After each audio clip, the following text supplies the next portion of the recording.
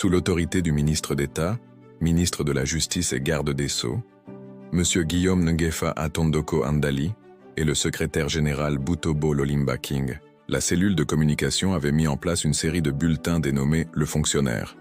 En effet, cet outil permet aux agents et cadres de l'administration de s'imprégner de tous les textes légaux qui régissent notre administration publique. Aujourd'hui, nous allons voir le chapitre 8 qui va aborder les questions disciplinaires.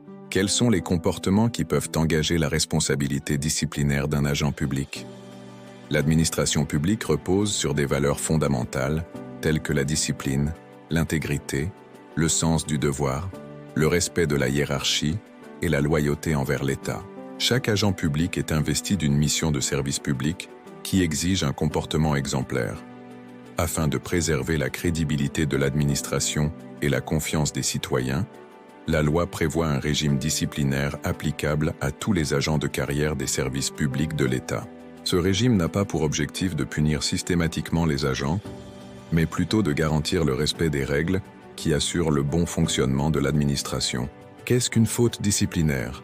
Constitue une faute disciplinaire tout manquement au devoir de l'État d'agent public, à l'honneur ou à la dignité de ses fonctions. Article 64. La faute disciplinaire peut prendre plusieurs formes.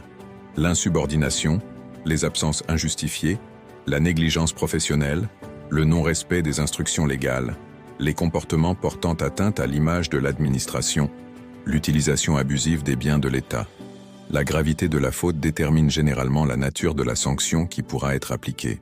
Pourquoi cette disposition est-elle importante?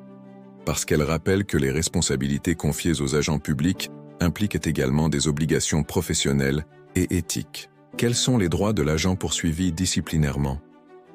Même lorsqu'il fait l'objet d'une procédure disciplinaire, l'agent bénéficie de garanties destinées à protéger ses droits. Il a notamment le droit d'être informé des faits qui lui sont reprochés, de consulter les pièces de son dossier, de présenter ses moyens de défense. Article 65.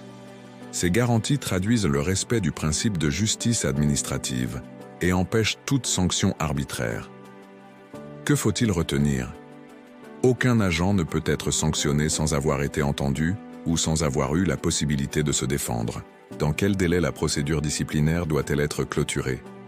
La loi prévoit que la procédure disciplinaire doit être clôturée dans un délai maximum de 3 mois à compter de l'ouverture de l'action disciplinaire.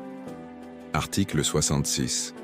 Cette disposition vise à éviter que les procédures ne s'éternisent inutilement et ne créent une situation d'incertitude pour l'agent concerné.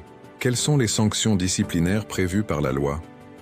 La loi prévoit 4 principales sanctions: le blâme, la retenue du tiers du traitement pendant une période maximale d'1 mois, l'exclusion temporaire avec privation de traitement pendant une période maximale de 3 mois, la révocation.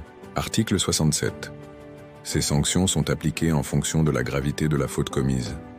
Que faut-il retenir? Plus la faute est grave, plus la sanction peut être sévère, pouvant aller jusqu'à la révocation définitive. Une procédure disciplinaire empêche-t-elle des poursuites judiciaires? Non. L'action disciplinaire est indépendante de l'action judiciaire. Article 69. Un même fait peut donc entraîner à la fois une sanction disciplinaire, une poursuite devant les juridictions compétentes. Ça sera tout pour ce 7e numéro de Le Fonctionnaire, présenté par la cellule de communication du Secrétariat général au ministère de la Justice, sous la conduite du directeur-chef de service, Léon Memboyo Chabani Ikuku. On se retrouve la semaine prochaine pour un nouveau numéro.